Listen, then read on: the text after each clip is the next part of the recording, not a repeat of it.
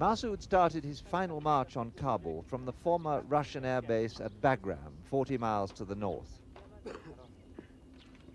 He studied the road carefully, worried that some of Gulbuddin Hekmatyar's Hizb-i Islami supporters might ambush his column.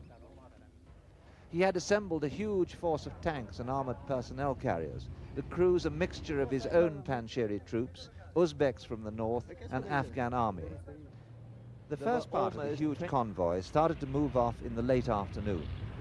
Massoud would not give the size of the force, but it looked like 5,000 men with 200 tanks and armored personnel carriers. Massoud decided to go in the second part of the convoy, just in case there was opposition on the way.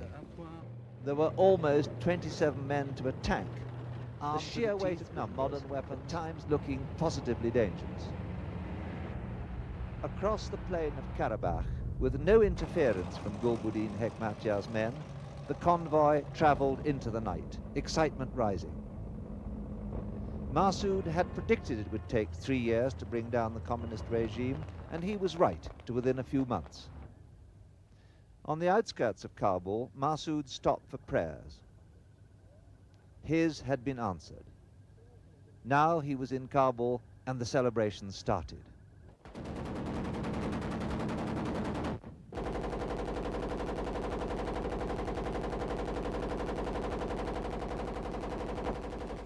This morning, Massoud savoured his triumph, besieged by old friends and well-wishers. Perhaps only he and a handful of loyalists thought this day would ever come. When I first met Massoud 10 years ago, he was a young guerrilla commander with his back to the wall. Today, he is the master of Kabul and the man who holds the destiny of Afghanistan in his hands. Sandy Gore, ITN, Kabul.